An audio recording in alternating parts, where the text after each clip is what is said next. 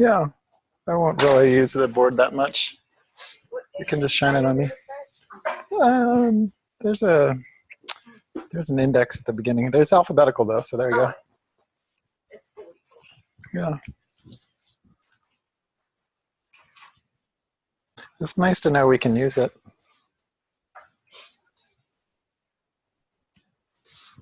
Hi, April. So welcome everyone to class. Nice to see you all. We'll do a coming back together short prayer so you can respond to me. Om Gang Ganapataye Namaha.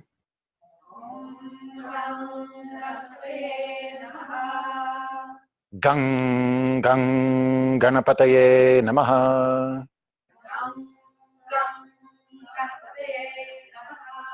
Gang Gang Ganapataye Namaha.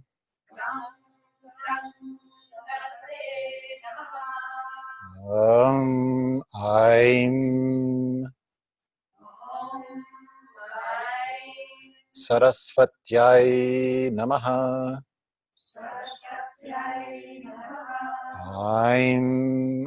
Aim Sarasvatyai Namaha.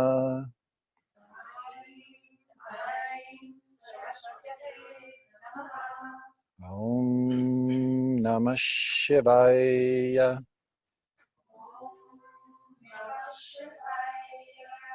Namah Shivaya. Namah Shivaya.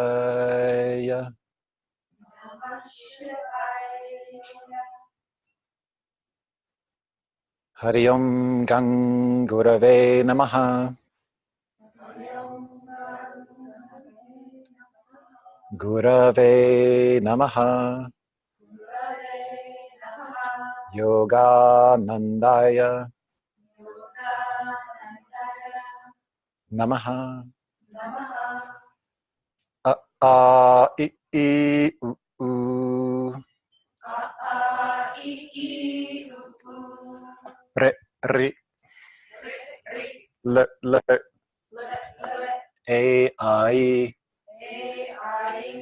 O Au Aha K K G G Ng Ch Ch J J Ny Ta Ta Da Da Na. At the teeth. Ta Ta Da Da Na. The lips. Pa Pa Ba Ba Ma. Yara Lava. Sha Sha Sa Ha Ka Cha Ta Ta Pa Ma Na Na Nya Nga. So this is a review of mouth positions and sounds, reclaiming sound at mouth position, just for me. I, O, U. I, O, U. So you have 5 mouth positions and you're exploring sound. Those of you in the teacher training, there's this manual and then there's exercises with me doing all of them by audio. So you just repeat. Those of you not in teacher training, this whole manual is up there for free. And I think the audio tracks cost like $2 or something. So we're working on how to actually have a financially solvent school. So it's an interesting time with the internet economy. When you're learning Sanskrit, the most important thing, or any language, is actually this first block. So here is the tongue, and it's touching the top teeth. And then this little bitty blue wisp that you can't really see, maybe.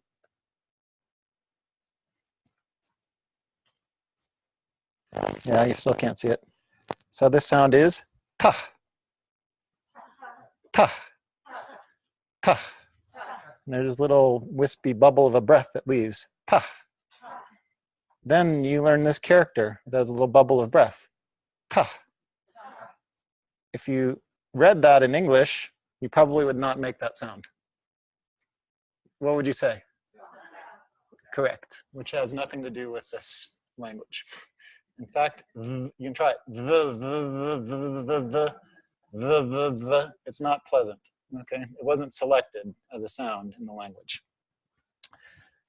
This Sanskrit, the older you are, and I put myself in your company, the less important it is that you actually memorize the scripts, but the feeling in the mouth is really important. The understanding that existing on the planet and being alive and making sounds, and that sounds have a vibration to them, and that matter is just kind of crystallized vibration, or it's still vibrating. So the sounds of these ancient languages are to match the thing or the process. And there's power in that, and that we're gardening. And that's the today class, gardening the daily routine, the cornerstone for wellness and for health. Any health educator is actually generally working with us to establish healthy routines. And healthy routines are daily. There's sunrise and sunset.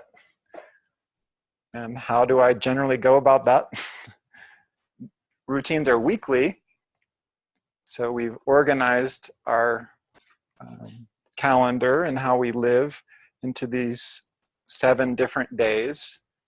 And, you know, bless you if you can find a way to live completely independent of this culture, but we actually do. We're planted here. This is where we're growing. And so there's a power in being with the culture that I'm planted near, and going with the river rather than always trying to paddle upriver against cultural norms. So today is Sunday, and whether you're Christian or not, it happens to be the day where the most people in this area actually take time out and step into some other sphere of reference. And so there's a power in meditating longer on Sunday. For example, it's just a good day. It's a nice day. It's a nice day to even be at the park or something like that for your inner reflection day, because there's just less traffic in general. So Sunday has that vibration. What's that? I was going to say, because everyone's at a football game. Yeah, right.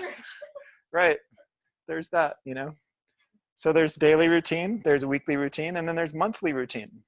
And monthly routine and weekly routine are both ruled by the moon. Daily routine is ruled by the sun. Weekly and monthly routine are ruled by the moon. But you all have an opportunity here in Colorado to really have a relationship to the moon. It's harder for those of us in Indiana. I don't live there anymore, but in Indiana, we don't see the moon sometimes for a little while. Does anybody know where we're at in the moon phase right now? Right. So now is traditionally the time for, yeah, sleeping more, fasting, doing internal cleanses. We call enemas busties in Ayurveda. It's a time for a longer period of meditation. So the new moon period, especially those last 2 days before the new moon, head into the new moon, it's letting go of what happened that last 28, 29 days, the last cycle. So the moon rules, and we're in the moon is. The full moon is this actualization time for celebration. If you're going to have one time where you change your daily routine, the full moon or around that is a nice time to do it. And we all need celebration. It's a basic human need. So, basic human need.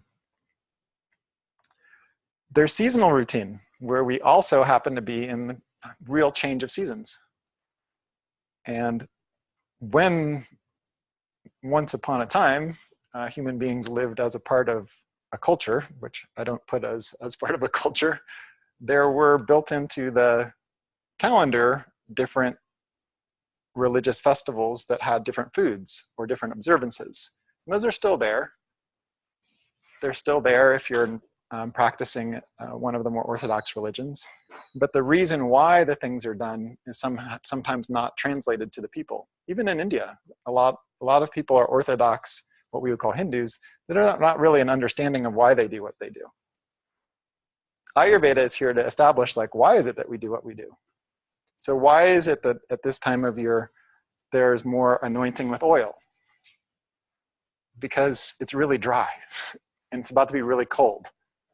And it's not exactly the depths of cold that's a shock to the organism. It's when we've been warm and hot, and then it starts to get cold. And that change, that gradual change in direction, is what's a shock to the organism. All the deciduous trees just shed their leaves, right? And withdraw their energy into the core. So something similar is going on for us, and it's important to acknowledge it. Seasonal routines are important to learn, and seasonal routines include, in the yoga path, having a period of time for a checking back in.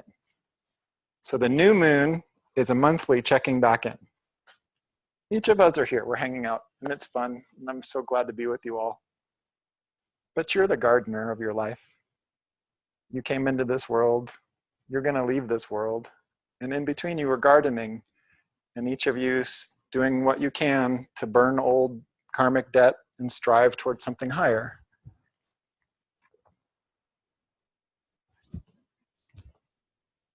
So it's important that every new moon, you have a period of time that's not about whatever relationship situations you find yourself in, whether it's, family related, work related, community related. It's important to have a time off where it's just you and God as you understand God. That's what the new moon period is for. It's the reset time. I did a huge reset when I first came to Colorado. I was 19, I'd never been west of Chicago. And I had never seen mountains. I mean, we had driven through Pennsylvania before, but the first thing I did was just go. And then I only rode a bicycle. And so for a long time, it was just me, and I would bus tables, and then I'd be biking home at like 1 o'clock in the morning. I'll never forget that feeling. I always knew where the moon was. I knew where the stars were. I reclaimed those basic relationships. It's amazing how much we've lost in modern society of what is really what people crave, which are just basic elemental connections. Basic elemental connections. If a person's really depressed, long-term, stagnant, depressed, change of elevation really helps, right? I got up out of that mucky, stagnant pool. If you're really damp and cold, what's better than a fire, right? And that's the basic principles of Ayurveda that we're learning. So seasonally is a bigger reset. Not just the new moon, but seasonally, I like for each of you in the teacher training, and those of you that are attending, to have at least a 3-day retreat. You can have a 3-day retreat at home, but it is usually nice to get away, because most of us have homes that clutter us with our karmic debts. If you're wondering what those are, you can look in the way that you're interacting with the people you live with your job. You're enduring what was yours to endure when you came here, and to gradually not take it personally and just do what was yours to do, to really be able to do it.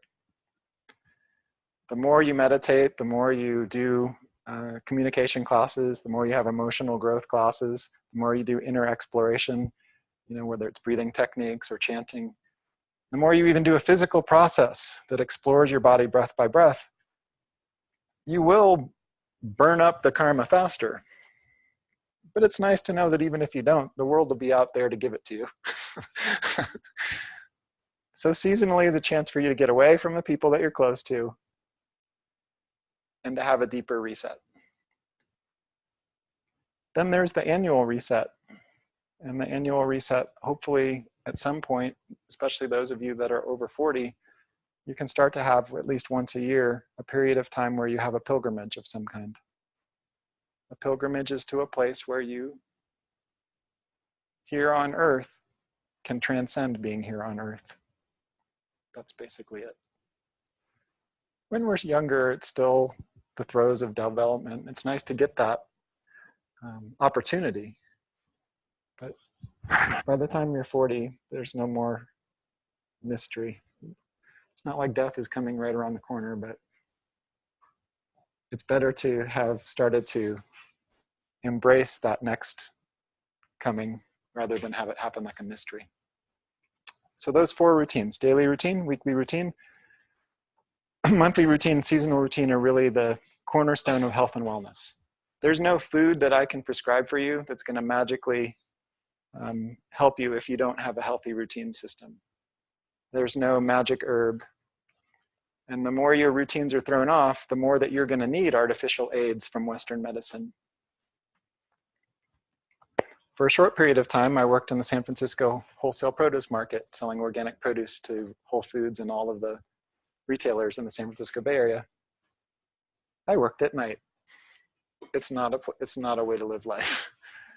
Everyone that worked at the entire wholesale dock, and these were thousands of employees. Everyone was an addict.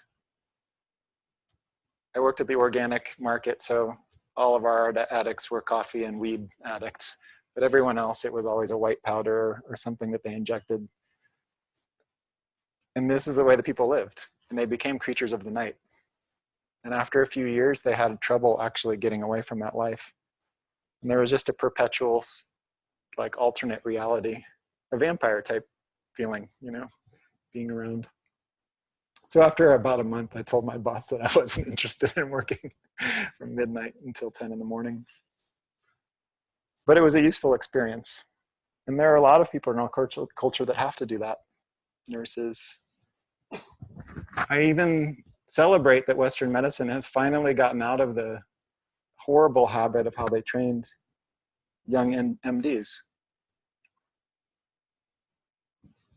How are you going to be the representative of health in your society if your training involves 48 hours on? What is that? Yeah, it's crazy making. It's getting better, but it's still there. And it's still almost a military type approach to training that the young interns don't know, and they are in a way to take on this really ridiculous workload. One thing I do really, many things that I take away from Western medicine that are really important for us to strive for in natural health care is the thoroughness of training, the discipline, the years of training. And that's what this is an attempt to be a four-year school. It's not easy. The pressures in the industry are not headed that way. Towards shorter teacher trainings. Like 200 hours wasn't short enough already. Done in 3 weeks. In Bali. You have a nice experience. So you're here, and we're here to learn about the Ayurveda daily routine and what to do. But we have to learn the basic principles and review them each time. So who here can teach us in call and response the 5 elements? Besides Simon and Nina and April. The 5 elements. Oh, space, air, earth, water, fire. What are they in order of grossness? Oh, space, air, water, earth. Everybody? Space, air, fire, water, earth. Space is Akasha. Akasha. Air is Vayu. Vayu. Fire is Agni. Agni. Water is Apa. Apa. Earth is Bu. Then Anna. What do space and air principle in a living thing organize into? What do we call that in Sanskrit? Sorry, no. Just Anna. Just Anna. It's okay if you don't know. No, Vata. Everyone? Vata. But when you hear that Sanskrit word, it only means space plus air. Don't think it means anything other than that. Vata just means space plus air. Don't help her. And then what does the fire and water interplay in an organism? What does it rule? Pitta. Water plus earth? Just kappa. Then Anna, do the best you can. Space and air. What's its main job in a living thing? Main job. It has one main job. That's principle, space and air. I'm doing it right now. Movement. Movement. So space and air in any living thing is responsible for movement. So as a gardener, you are the gardener. As you relate to space and air, it's responsible for movement. Just trying to remember. Fire plus water. Fire and water.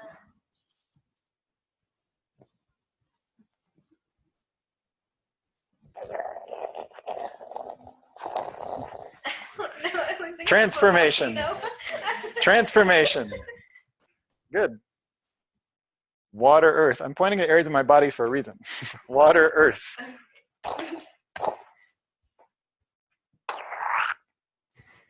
Structure. It makes sense. Space and air, it rules movement. If you're a gardener, you need space to plant things. And air is the interchange for how things are going to grow and move. You need it. If there's no space, you can't move. And air is which propels it.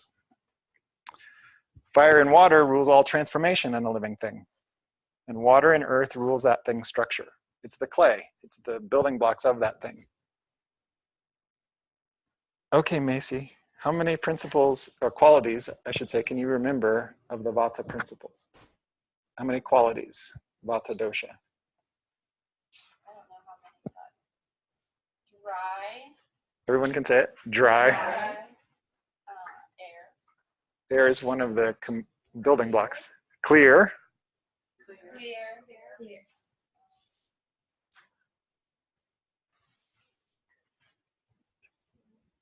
So if we're on an Earth climate zone, we'd be like above tree line, like above 8,000 feet. Dry, light, cold. Clear, subtle, mobile, and rough. So space and air in you and in any living thing, you'll notice the qualities: dry, light, cold, clear, subtle, mobile, and rough. And I don't care what kind of healthcare provider you are.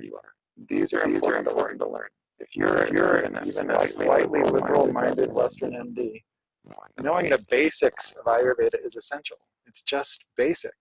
It's just basic how to work with people. So people for whom that principle, the space-air principle, rules in their life, first of all, is everyone over the age of 60, because we have 3 ages. The Kapha age is the growing phase. So 0 to 30, more or less, is the growing, structure-oriented age. 30 to 60 is the transformation age. Who am I? What's my career? What's my family? What do I believe about religion? It's all mental problems, really. After 60 to 90 or whatever, it's going back home. So the body's drying up, the hormones have dried up. It's like, what's really essential? What's the essence, the subtle vibration of the thing anyway? That's the older part of life.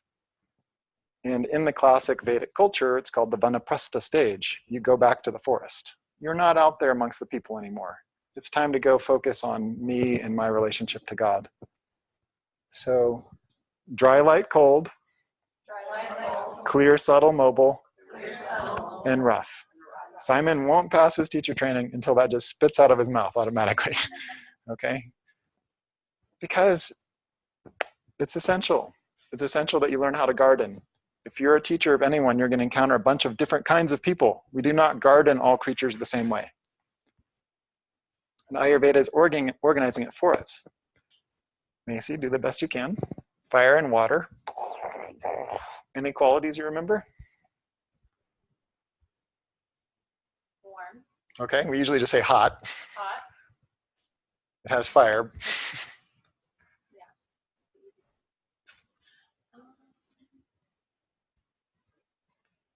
There's another one that's related to water that's it's not solid, it's liquid. So the fire-water principle inside of you will show up liquid in nature.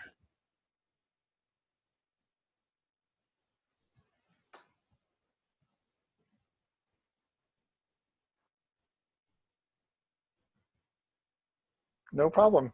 This is important what we're doing. In the past, like each of you would have maybe like, I want to help her, ooh, ooh, ooh.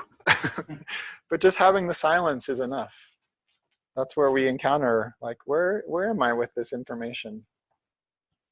And there's no right or wrong. Remember our thing? It's not about right or wrong. No teacher is here like scoring you or anything. It's just really, can I focus and can I have non-preference? So choose a point of focus, but then don't be attached. So oily, hot, and sharp. Fermenting, spreading liquid. Sparkles. Oily, hot, and sharp.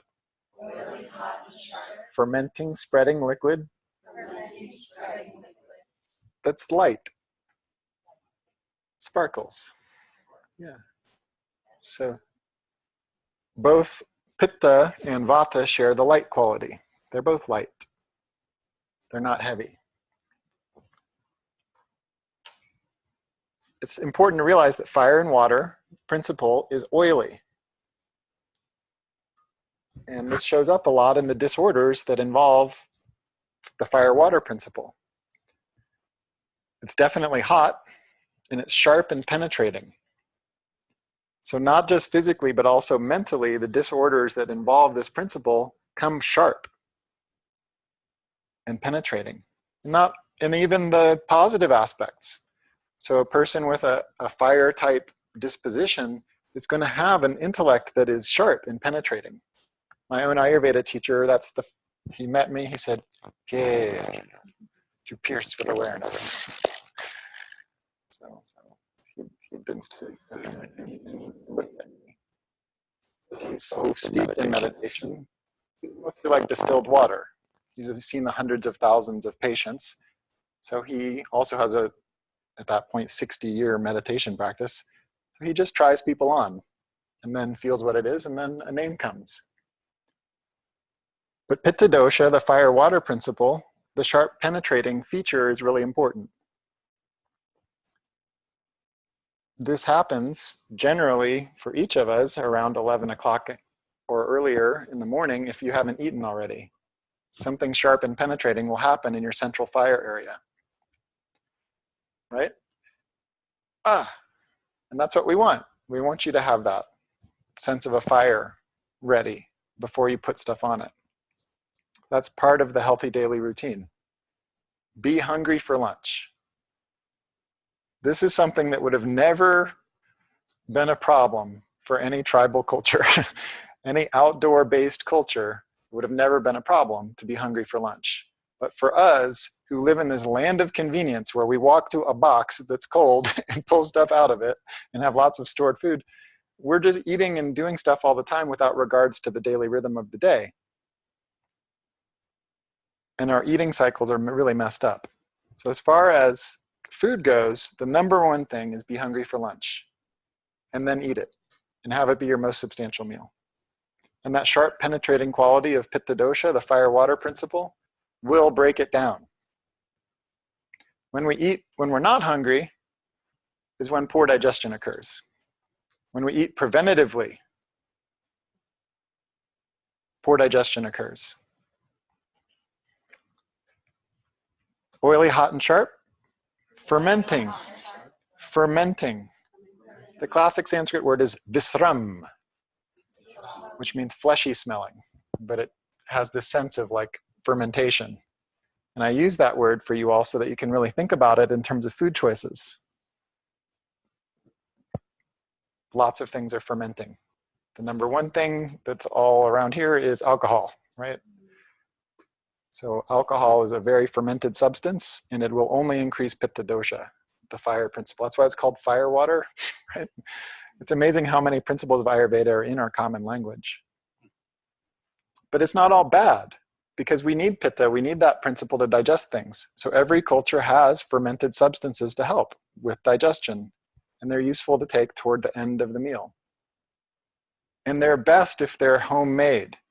If you buy the stuff at a grocery store, or if you get it at an Indian restaurant, like the pickles they have there, they are so completely saturated in vinegar. It's like an inedible thing.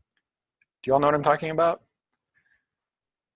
So there are like higher grade pickles that you can buy at the grocery store, sure. But it's way better, and you will be able, I promise you, be able to feel the living content of the thing if you learn to make them on your own. And it doesn't take that long to learn how to make yogurt. It's not that hard. I mean, it is helpful to have a yogurt maker to keep it like a nice little bit over room temperature, solid temperature, but you can use your oven usually if you don't want to buy another thing. You can make pickles just using sunshine. So fermented substances are part of the pitta principle, the fire water principle. Spreading.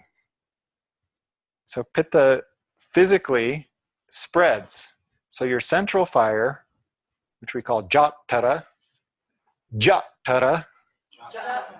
Agni, the central fire, is actually responsible for all of the other 40 major fires throughout the body system.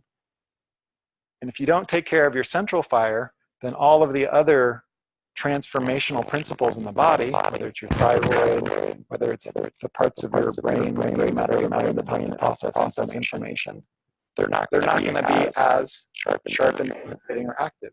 It was all the time. I loved our last president. I loved his wife as well. I consider them a couple running the country. What did Michelle Obama do that was so amazing?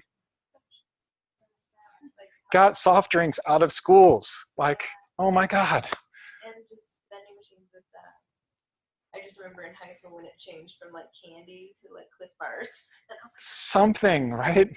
yeah. I was raised during an era where tomato was, like ketchup was our vegetable, okay? Ketchup was our vegetable for school lunches, okay? Okay? So I grew up in inner city public schools with kids who were lucky to have a parent. They were lucky to have a relative in their life. And so that was the one meal they could count on. And what did we have? We had fried chicken. The next day it was chicken fried steak. It was the same thing, just with a different name. It's also called chuck fritter. Okay? Like, and we wonder why the kids have so much trouble paying attention, right? Like they're so thrown off and so whacked out. Well, I'm here to say that this problem with lunch, because that was our school lunch, which by the way, some people had to eat at like 10 in the morning, you know. Some kids had lunch at 10 or 9:30. Right? And look at the school calendar, because we're here to talk about daily routine.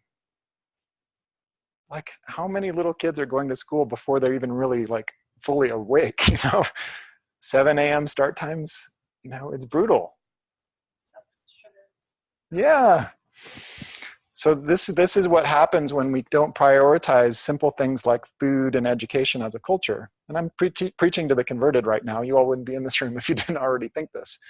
But I'm helping you realize like how we grew as little ones has been affected. Because I'm here to tell you, after seeing the thousands and thousands of patients over the years, I'm not supposed to use the word patient, but the number one thing that I see is this still the same problem with lunch. What do I see in big city areas like Denver? People going to work and skipping lunch because they want to get home sooner. Or they eat at their desk, right? Or they go somewhere for a work lunch to some crappy place they don't want to go to anyway, just because that's what the people are doing. Or even in doctors' offices, the drug reps bring the food in to the entire office setting. So lunch is a huge part of the daily routine. And prioritizing being hungry for lunch is important. And pitta is there to help you digest it. But if you don't, and especially if you're a fire type predominant, if you don't eat lunch when you're hungry, then what happens? Hangry. Right? And then hangry can turn to like who knows what. Self-destructive behavior. It can turn to like hypoglycemia. All kinds of things can happen. Really poor food choices, right? 2 o'clock in the afternoon, like dry bar eating, junk eating, whatever, sugar dump eating. So this is not a small matter. This like have a really nice thing. That's why like it's not like that awesome, but you all had khichdi today, which only took like 10 minutes to make or something. And it's at least like warm beans and rice with some herbs. It's something substantial. It's sticky. You know, it's got enough on it that your fire can go, boom, I got some protein, okay? And that's the way healthy beans are to be made, daily, not like for the entire week. So beans are generally, eat them that day, maybe the next day, and then throw it away. I know we live in a world where people care about like the food shortage and all that. Don't hurt yourself because you're ashamed at being a rich American, you know? Please, just like be a healthy American and, you know, contribute more joy to life. So fermenting, spreading, pitta disorders all spread. Hives, rash, urticaria, acne, herpes, autoimmune dysfunction, all of these are the fire type principled dysfunctions in the body, and they all spread. A really high fire type can develop an autoimmune dysfunction to just about anything. A food, a social setting, whatever. And if it's left unchecked in terms of a lifestyle and diet, and it grows over the course of years, then it can really plant deeply in tissue spaces. I didn't make it to the concept of the Ayurveda progression of disease. And I don't think I have it on this, so I will just imagine. Drip, drip, drip, drip, drip, a leaky faucet, drip, drip. So you have a container that's there to deal with an elemental accumulation. Like, that's what this word dosha means, the fire-water principle within you. And you can picture like a bucket. But at some point, your bucket of being able to deal with the qualities, oily, hot, sharp, fermenting, spreading, liquid, light, at some point you can't deal with anymore, and so it goes over the edge of the bucket. And then it starts to spread because the bucket can't contain it. And where does water go? Downhill. So it starts to circulate through your system, and it's going downhill, and it's going to deposit in your genetic weak space. So we each have one. So any doshic imbalance, and the cool thing that you're learning by memorizing these qualities is that oily, hot, sharp, fermenting, spreading liquid, an accumulation of any combination of those is working together to create a pitta-borne dysfunction in you. Similarly, when we were back in the Vata world, dry, light, cold, clear, subtle, mobile, and rough, those work as a group and will affect your whole Vata organizing principle. So if you had mobile, like some of you flew on an airplane, right? Very mobile. You were planted in an ecosystem. You got up out of there, and a couple hours later, we're in a totally different grid. Very, very, very Vata vitiating. So the mobile quality was really, really stirred up. But you also got to a place where it's really dry, and all of a sudden it was really cold. Well, those things together can really disturb the Vata principle in you, that organization system that's responsible for your nervous system, your sleep cycles, your pooping cycles, your menstrual cycle, your breathing rhythm, your heartbeat, anything having to do with movement in your organism got Vata vitiated. Do you understand why it's so important to memorize these principles? Dry, light, cold, clear, subtle, mobile. They work as a collective group.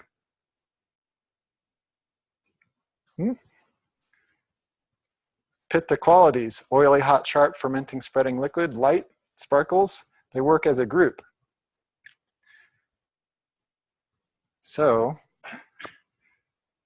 if you hang out around a lot of like really sharp, you know, caustic personality types who all at the end of the workday also go down and drink shots and you eat fried finger food, the oily quality, turns out probably pitta type symptoms are going to turn out. I just described most lawyer groups that I know. So this is what happens. The group of qualities work as a togetherness. Then Macy, can you remember? What are the inequalities of the water earth? which is responsible for your structure. Dull, dull. Very good, very good. Heavy, heavy. Cool.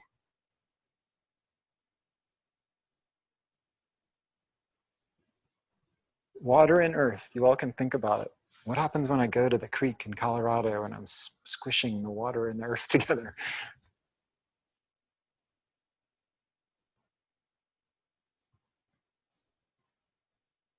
You did well. Heavy, dull, cool.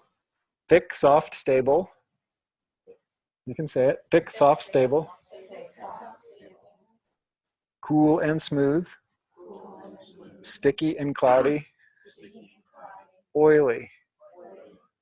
So there are a lot of qualities because water and earth is the most gross. It's the most substantial. Gross is even one of the qualities of Kapha-dosha. Not subtle, but gross.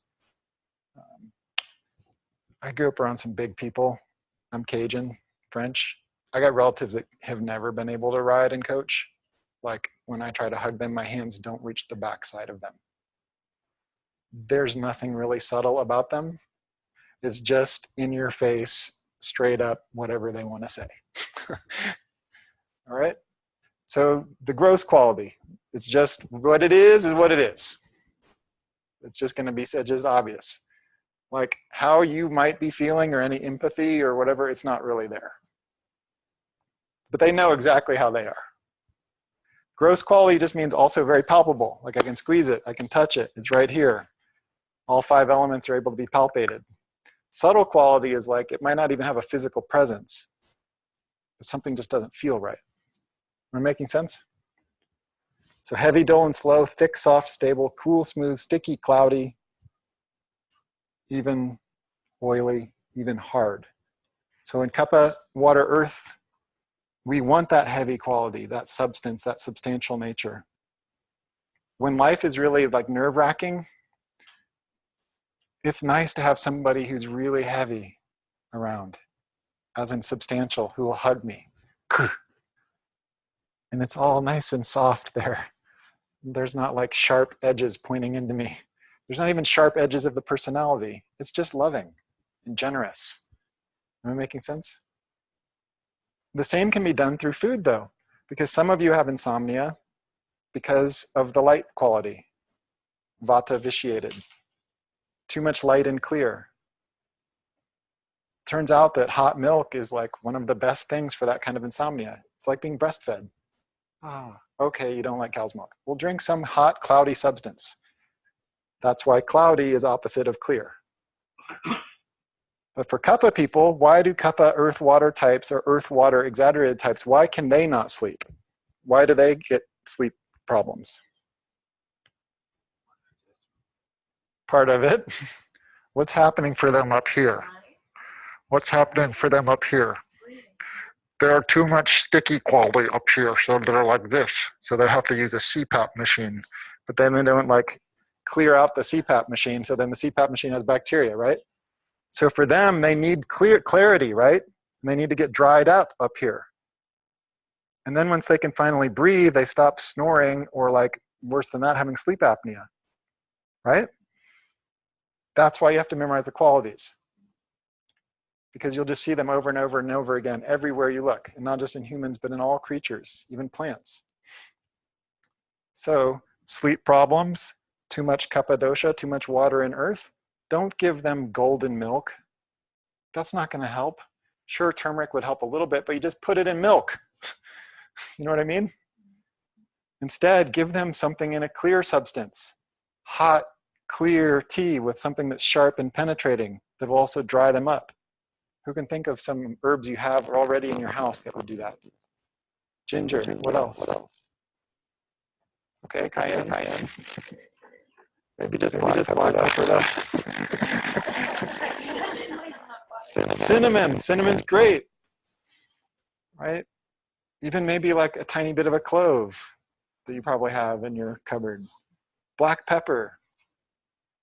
You can use that in tea, by the way. I mean, that's one of the central ingredients of chai. So just things that you already have. What about some green, creepy things that you have, creeper things that are growing around in your yard? What could you give them?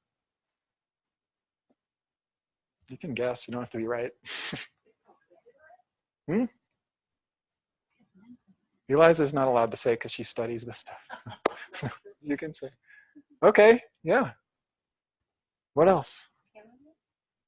Okay, I'll accept chamomile. It wouldn't be the first choice. It's more of like a nervine thing, but what's really bitter that grows in your yard that you don't want there? Most people don't want there. Dandelion.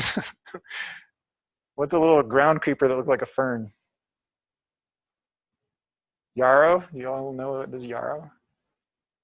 So all of these things would help with sleep apnea or some person who's sticky or whatever. What kind of thing can you do for a person that's got congestion up here? What can you do up in there? Neti pot. It dries them up, right? They have a deviated septum. Okay, we'll just use the squirter thing then. So salt is going to help dry them up. Making sense? We have all deeper cleansing actions that are even done, like sutra neti, where you put like a thread in through the nose and comes out the mouth, like that. We have like using 3 fingers on the back of the tongue and hacking up the goop, which I have to be careful of in yoga things because there's a lot of eating disorder problems sometimes. This isn't advocating for bulimia, it's just to hack the extra mucus that's sitting on the paste on your tongue. So these things help clear the excess sticky, cloudy quality. And they're just as important. How many of you brush your teeth? Nobody wants to not raise their hand for that, right? That's a part of dinacarya. That's the daily routine, right? We're just learning a bunch of other daily routine things that you might not have learned. So reviewing the qualities is important. You did this with Audra, didn't you? So there's 5 great elements. There are 3 organizations of them. There are 20 basic qualities. You know 6 of each of the organizations. That's enough. But know them inside and out. And if you don't know those, this is your homework. And Jenny and Lou, you have to memorize these. And if you won't memorize everything tonight, just sleep well tonight. You're in a 10-day immersion. Don't study when you get home. Like, take a bath and go to sleep, you know. Be with your loved ones. They're like supporting you to be here, you know. But then when this 10 days is over, don't skip a beat. Like, start studying every day for 15 to 20 minutes. Or if you have an hour, do an hour. Because it takes a lot of studying.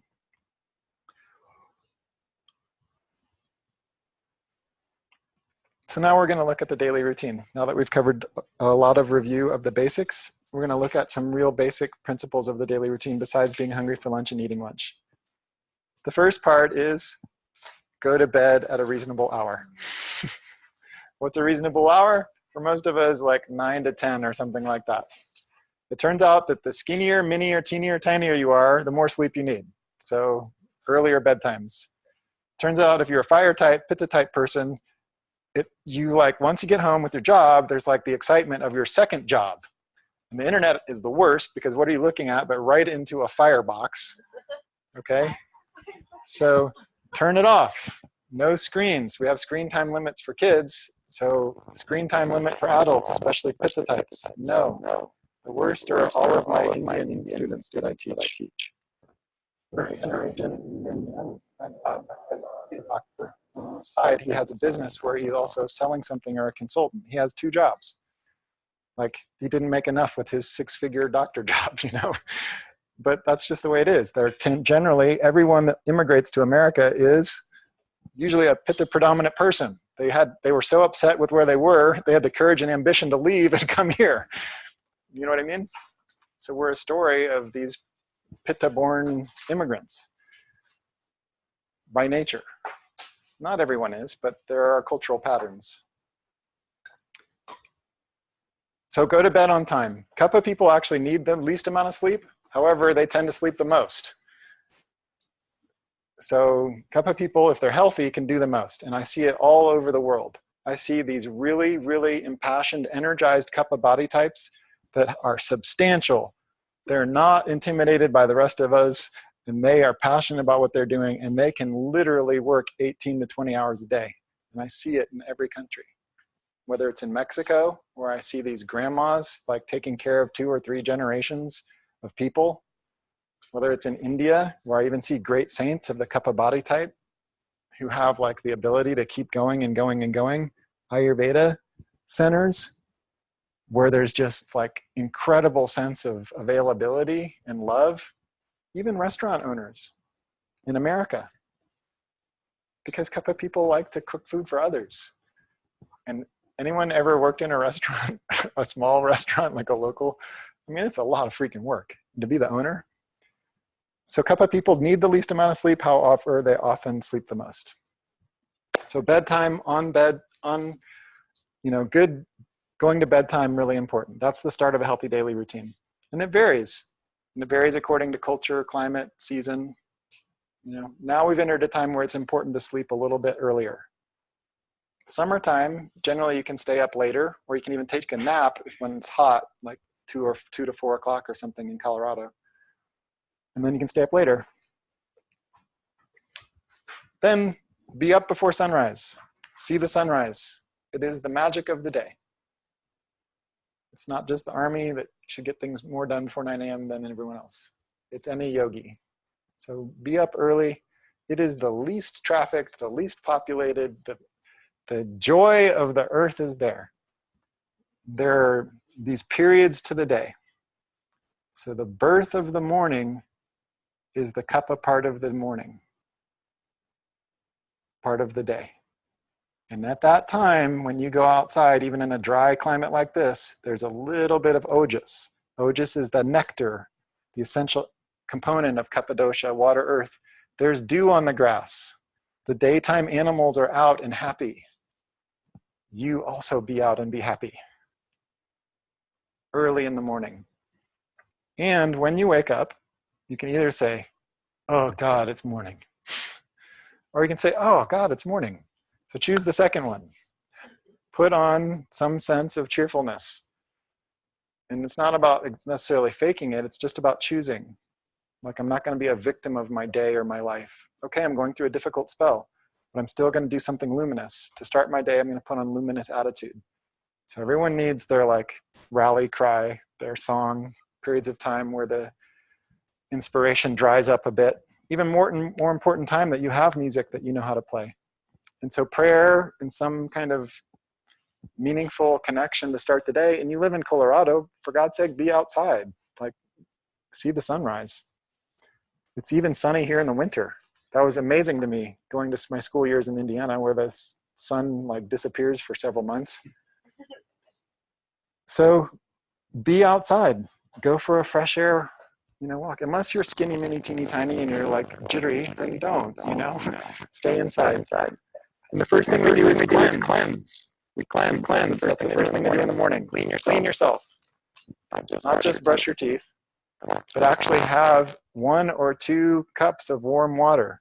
If you want to be fancy about it, you can put herbs in it. If you want to be fancy about it, then you can drink out of a copper vessel if you tend to be constipated. Like, put the water in the copper cup, cover it overnight. There's a large use of metals in Ayurveda. We can't really do most of it here, but we can do things like use a copper vessel. If you tend to have ulcerative colitis or things like that, then put it in a silver vessel. Silver's cooling.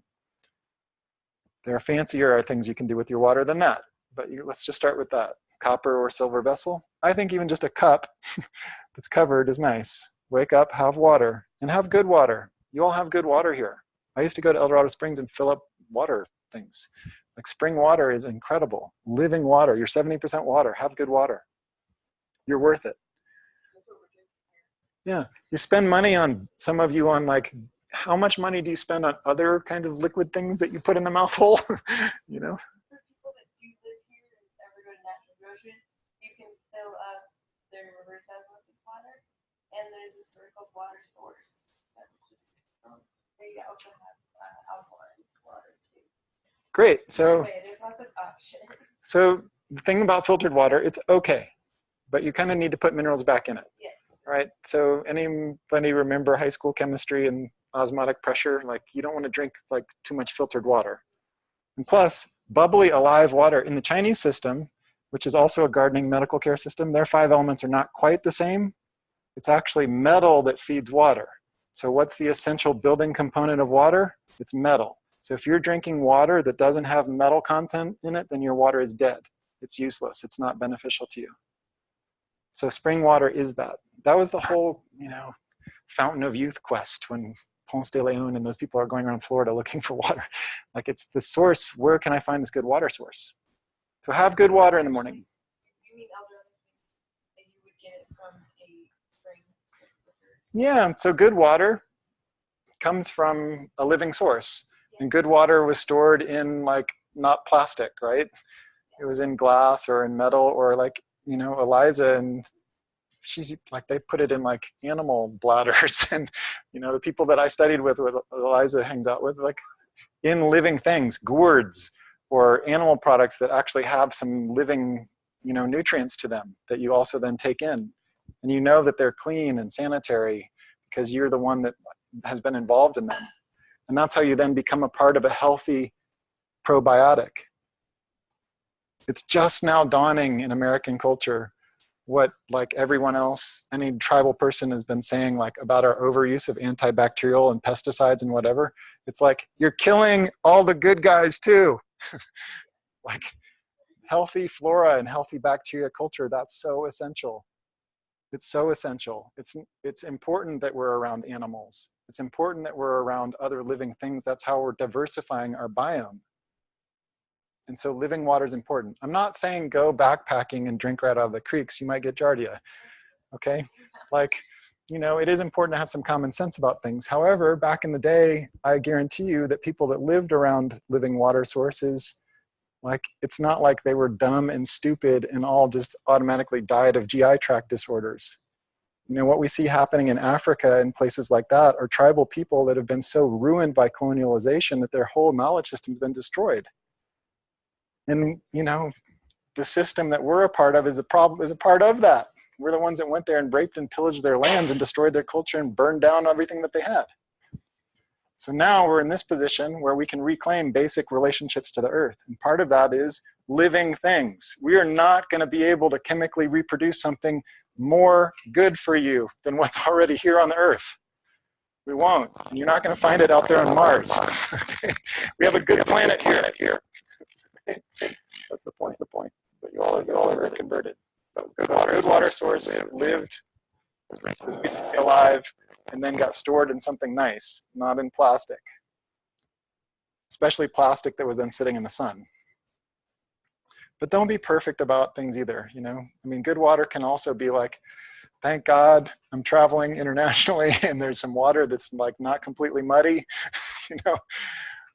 So I'm going to turn it around, 7 or 8 times, and say a prayer, because I can't even boil this.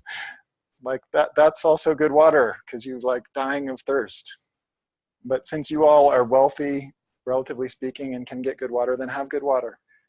You can put lemon in your water if you want to, but not if you're a person that tends to have, like, Pitta-type GI tract problems, because lemon's acidic. So water is there to cleanse. A couple glasses of water, room temperature or hotter at this time of year, warmer. If you're a Kapha-type person, then you can have that. Then we're looking at cleaning all of the other sense organs. So for Vata people, we put oil in the nose. For Pitta people, you can also do that. However, you might be better off just with a little coconut oil that you go up. Different finger for different nostril. Kapha people, neti pot.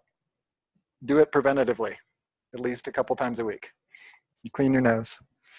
The eyes. At least bring cool water to your eyes, especially if you're a Pitta person, because the eye is the fire type organ. And Pitta people look at screens, they get bloodshot eyes, they overfocus, there's too much of the sharp quality. Cool water here, and put your hands back here. Is it hot behind your ears? Yeah. Okay, cool water there too. And throughout the day, especially during the summer for Pitta people. Cool water back here. If you're hot back here, it's mean the temperature up here has gotten too high. What other sense organs do we have? Every morning, look at your tongue. The tongue is showing you the rest of the pipes. Whatever you see on your tongue, that's what the rest of the pipes likely has as well. You see a thick white paste, that's a Kapha type buildup. You see cracks in your tongue, that's Vata, dry, right? Dry and rough, it's cracked. you see raised red bumps, or you see scalloping on the side of your tongue, that's the sharp penetrating pitta thing. Y'all get this? You ever look at your tongues? Okay, let's do it. Can you turn the light on, Tracy? There's a sign of imbalance. Aren't the taste buds different sizes on the side anyways, or no? They are. We're going to do tongue licking. It's fun. Come on. Just stand up. You've been sitting down for a while. You can stay there, Michael, if you want. Come gather around the light. We'll do tongue licking. Everyone just ate. Yeah, you have cell phones. You can do it, right? Oh. But we're going to look at each other's tongues. I'll go first. Ready? Look at this pitta tongue. Sharp tongue.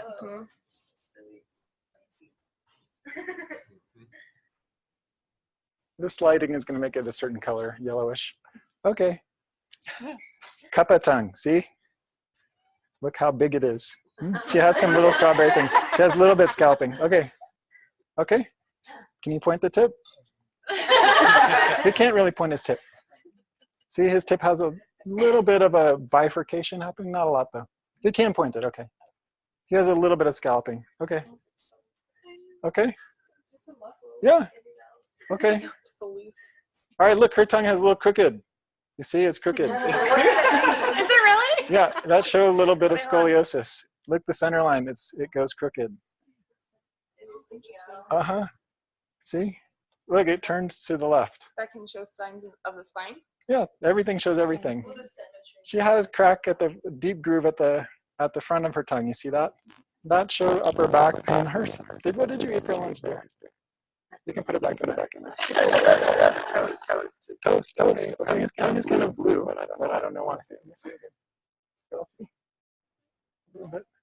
The main thing is that deep cut at the front. It's not just a normal crack. She has deep groove at the front. Usually mean upper back, neck pain and problem. Then Hannah. Hannah, can you point the tip? Point at me. She can. She can. Okay, so we just look at her tongue for a second. She does this stuff. She's in natural health care. Okay? The beginning of the tongue is up here. It's the organs up here. And then as you go down further back in the tongue, it's then organs further back. So the back of the tongue is the colon. Right side of the tongue is the liver. Left side is the spleen. Closer to the front is the lungs, like that. It's same in Chinese medicine. Okay? So that's Hannah's tongue. Come. Okay, unusual for her. Yeah, tongue is quite clean, see? Very nice to see. Okay, okay, scalloping, see? Very prominent scalloping. You all see that? Scalloping. Okay, tongue getting pushed against teeth. Jittery in the guts. Okay, kappa tongue. Not surprising. All right, look pretty clean tongue. Okay, come. He has a little bit of scalloping. He has a little white paste. Okay, what's your name? Lauren. Lauren, I met you before. Yeah. Uh-huh. It's so nice to see you again. It just dawned on me that I had seen you before. Good. Okay, Eliza. Oh, another cup of tongue. Nice. She had a little bit of scalping. She had redness at the tip. You see that? Did you have something spicy today? I had some of the leftover dal for lunch. That's not spicy. Oh. Okay. You didn't have any tea, acid, chili pepper? Look at the tip of her tongue. It's red. Oh, yeah. See? Okay, that was thyroid. So with her, Eliza, how old are you? 24. She's 24. She's still growing, but thyroid will be something long-term we will always want to watch for her. Right now, tip of tongue looks nice, but for kappa person, if they don't take good care, keep clean, any gland is sticky, whether it's prostate, ovaries, testes, thyroid, any gland is sticky. When you have sticky on your kitchen counter, what happens? More sticky comes. Okay, same in a gland, So that happened to kappa person. So we want her to keep clear quality. Right now, that looks okay. I don't know why it is. Maybe it's not clear in other spots. No, it didn't look quite a lot of blood is there. That's okay though, not a problem. But what happens is you'll see when kappa person get hypothyroid, the tongue will split and the tongue will be two rounded things with a dent in the middle. Okay, Lou. Lou has kind of Vata feature to his tongue, unusual. But he can see all the Vata crack in there. Also, Lou, like he is me, we are older, you know. So there is more, the pipes have been there longer. So he hasn't had regular deep cleaning every year. He hasn't learned how to do that.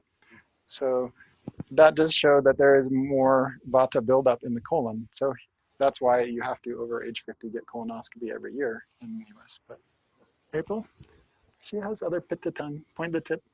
See, same looking tongue as me. And see, not a Vata tongue at all. Also, same red tip as Eliza. Maybe you both did have little chili pepper in the doll. You can see the little raised red bumps. I ate the beet, whatever the beet was. Beetroot. Yeah. Neither one was spicy though. I thought something was spicy in the beetroot. I can't remember what you said. If you had the green chutney. Yeah, Usually there something. are chili peppers involved. Yeah. Oh, yeah, no. Okay, so they were slightly. That makes sense. No, but I was thinking Oh, short tongue again. See, nice and clean tongue. We all in for that. Okay.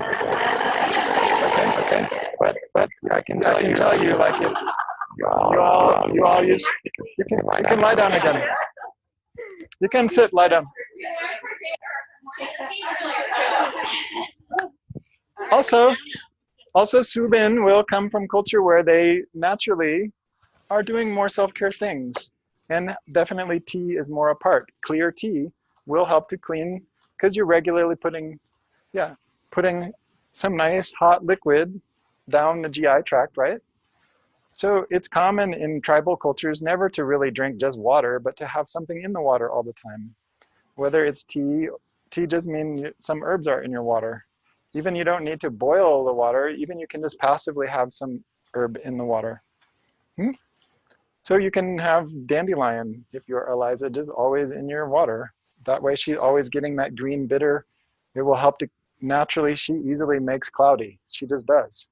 So that counteracts that. She always having the green bitter to help keep those thick, heavy, sticky molecules from accumulating. For me, I can always have something cooling. What's cooling? That's true. But what is a plant that is cooling by nature?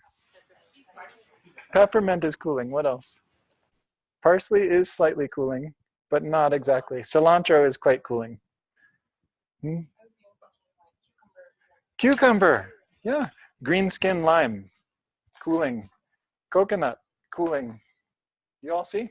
My water can always have those things. Vata person can always have some added cloudiness to their liquid they're drinking. Yeah, we like them. We like them. You know? Yeah, bone broth, miso soup. You see, it doesn't have to be milk. It's a cloudy substance. You see what I mean? Anna needs stuff. She needs minerals. I don't want her having reverse osmosis water. It's too clear. Well, I added trace mineral. Good. You're getting the idea, right, from qualities, how to garden? So we do cleanses. We clean the skin. What can you do if you have thick skin? Dry brush. What can you do if you have oily skin?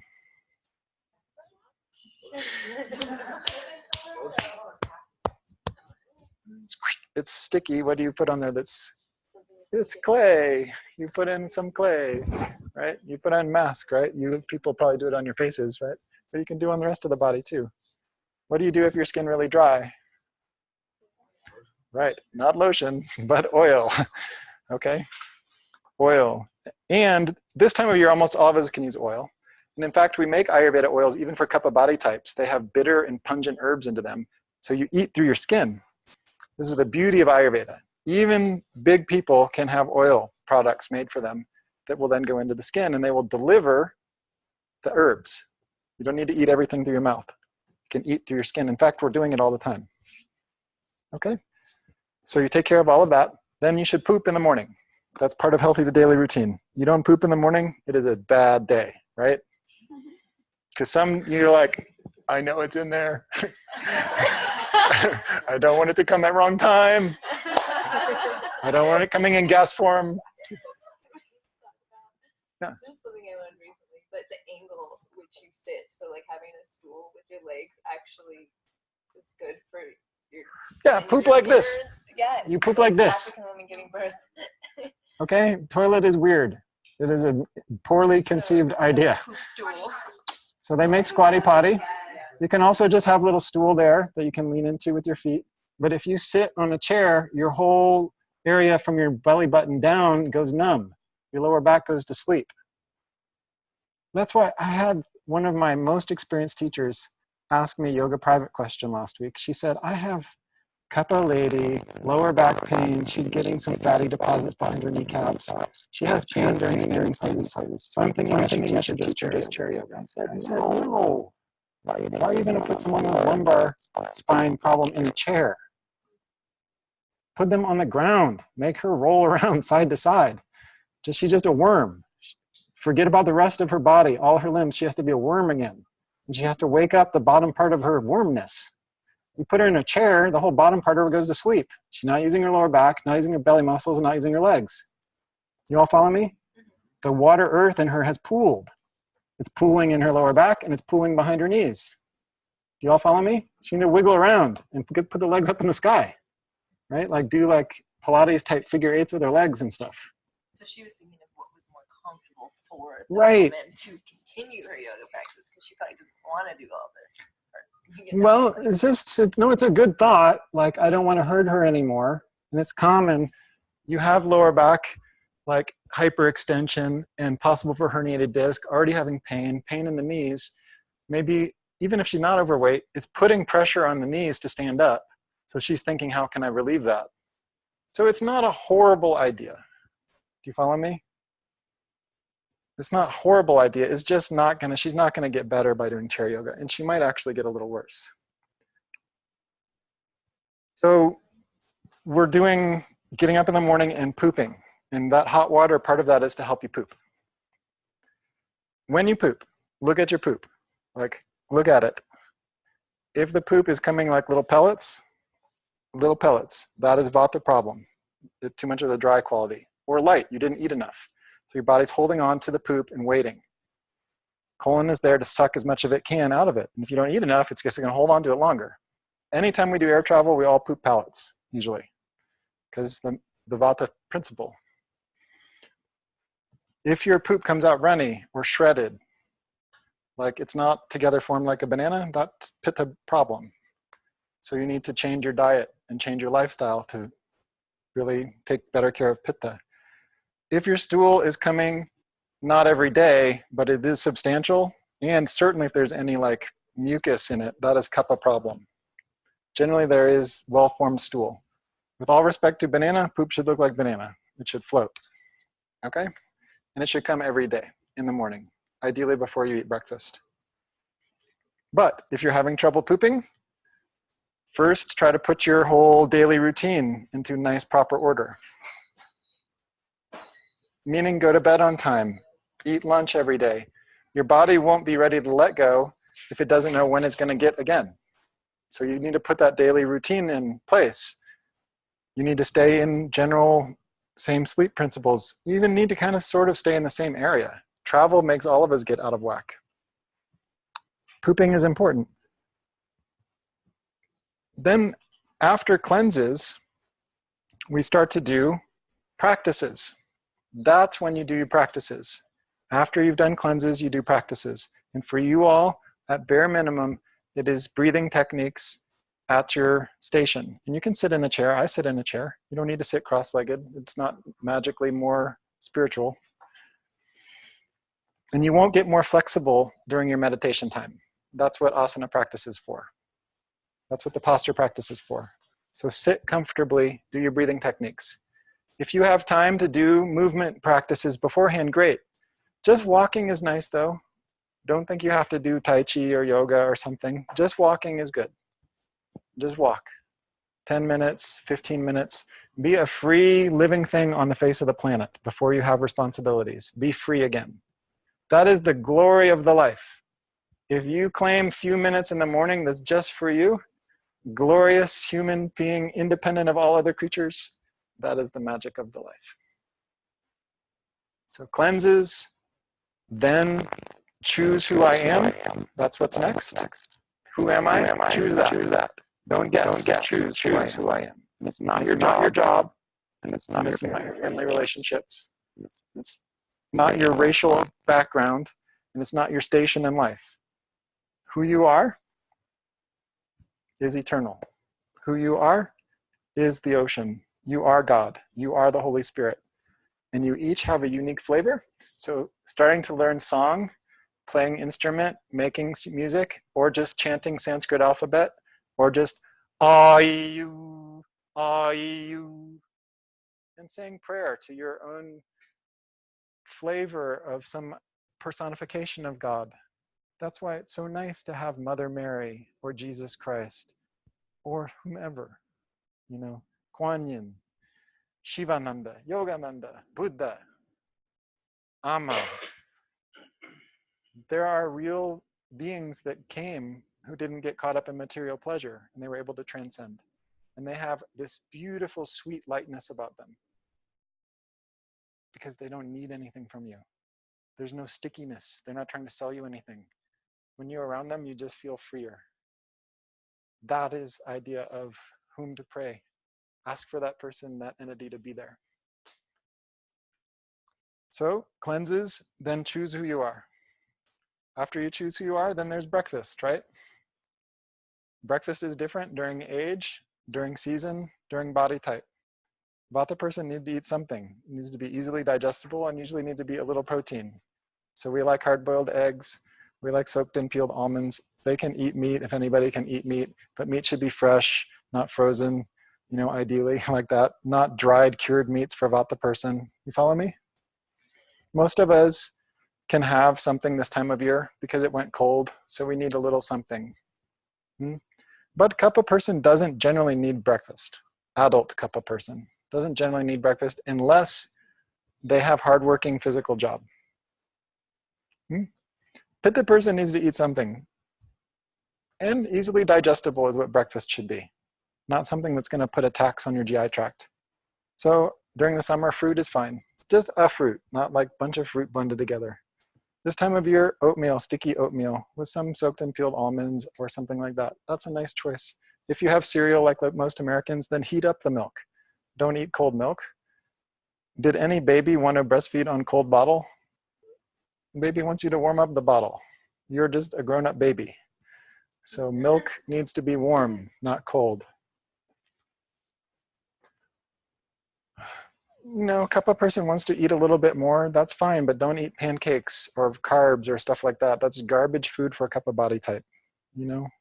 Have hard-boiled egg or something like that. If Kapha person really most of the time, most Kapha people I know, they can just have really nice spicy chai this time of year in the morning, or hot apple cider with cinnamon, clove, pepper, ginger, because apple is astringent. That's enough. Then they'll be hungry for lunch and make a good lunch choice, not eat a disaster of a lunch choice. And lunch is your main meal. Best time to study, best time to do anything. Go to the doctor, go to the dentist, schedule an appointment, have that difficult conversation with your spouse. Any of that is then after breakfast, okay? That is the best time. Be the first person on the doctor's schedule. Be the first person on the dentist's schedule. Get that crap that you needed to get done early in the morning so it doesn't sit over you the rest of the day. Or study. That's the best time to study, in the morning. We should be having classes 9 to 12. That should be yoga teacher training. Then you're done. 9 to 12 should be education for people. We're ready, we're alert, we're awake, right? We had a nice night's sleep, we cleaned, we remembered who we are, got fed. Okay, that's the time the organism is awake and ready to do. Best time. After lunch, different people need different things. Kapha people need to go for a walk. Pitta people need to make sure that they did actually stop and eat lunch and not immediately dive right back into problem solving. Problem solving. Vata person, especially, everyone get Vata vitiated when they travel. That's why I bless even Michael Kapha guy. Just go to sleep after lunch for a little while till Vata comes into balance. Who is really Vata vitiated? Newborn moms. Moms. Best thing, sleep with the baby. After lunch, go to sleep, take a nap. It's not just what we do with moms in the whole birth process, it's also the lack of aftercare for moms. It's a problem in our country. So everyone generally gets lull 2 to 3 o'clock in the afternoon, right about. So that's when nice outdoor walk, rejuvenation. We have a thing called nasya, oil in the nose, or neti pot again for couple person, because this is the gateway. Pinch it. Right away there is slight like, oh my God, right? And then you can be like, prana, energy comes. Nose is the gateway. Then finishing work before sunset, ideally. Screens ideally go off. Difference if you watch a movie with your loved one, you bond with your kids by some screen thing. I get that, that's different. But ideally screens go off. Ideally overhead lights turn off. Especially for Pitta people. Big problem. No overhead lights after sundown. Only little small lights. If you didn't already get your exercise in, and then after that work session, 5 o'clock, 4 o'clock, that's a good time for yoga class, good time for workout. You follow me? Do it before you go see your people, go home, get the grumpy off of you. Okay. Then evening time should be heart time. Be with your loving community. I'm trying to adapt daily routine to modern era. Was it helpful? These are the general principles to organize your day. We should end soon, but any questions you have? Yeah. So I admittedly I went too much caffeine. It is a problem. Yeah, where does that fit into this whole? Cut back by 1/3. Okay. That is, Ayurveda doesn't want to take away your friends. We're gardening. We don't want drastic change, especially for a householder. Cut back by 1/3, then substitute. If you drink black coffee, then at least start to put some dulling agent. So any kind of milk, cloudy substance is a dulling agent, but also like cardamom is a slightly dulling. It will take some of the toxicity off, cardamom in your coffee. Start to change more towards black tea, chai, fresh made. They can be delicious. Then eventually green tea or white tea, even lighter. Caffeine is used, it's a drug, because there was not enough sleep for many years before. So if you try taking a nap after lunch for a little while, even though you might want to eventually not get in that habit, if you catch up on your sleep, then you might not need caffeine. Generally, that's what retreat is for also. Jenny asked a really good question. If you're having trouble, you cut back by 1/3, then when you get to the next new moon, you do a bigger cleanse. Like you could do just broth soups and maybe fresh pressed juice for 1 or 2 days. Then caffeine craving might diminish quite a bit. And it's a gradual change away from caffeine. You gradually became an addict, now you gradually need to wean yourself. Then you can eventually, the more your intensity, you practice yoga twice a day like you're doing now, you'll just be done with it. Because you have institutional support of that daily structure. That's why coming to yoga studio twice a day, wow, it really changes the life. And for people trying to kick chemical addiction, hot yoga is wonderful. But it is also the dumbest of all the teacher trainings that I know. For whom and when is it dangerous? It's dangerous if you're going in a hot room, if you're already skinny, mini, teeny tiny, don't have enough minerals, and you sweat so much off that all your alkaline quantity went, then of course you pass out. No, it can be wonderful. It can be wonderful for whom and when. And teacher is important, right? Teacher back there yelling at you, push and push and push and push, all pitta type dialogue with bad alignment training. Heel to heel, but how can I make my hips? You understand? So there are wonderful, wonderful hot yoga teachers out there.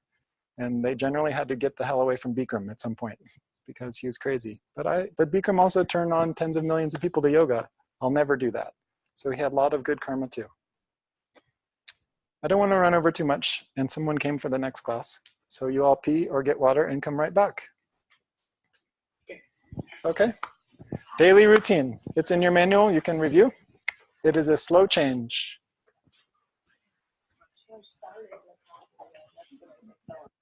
Yeah. Yeah, teacher is important.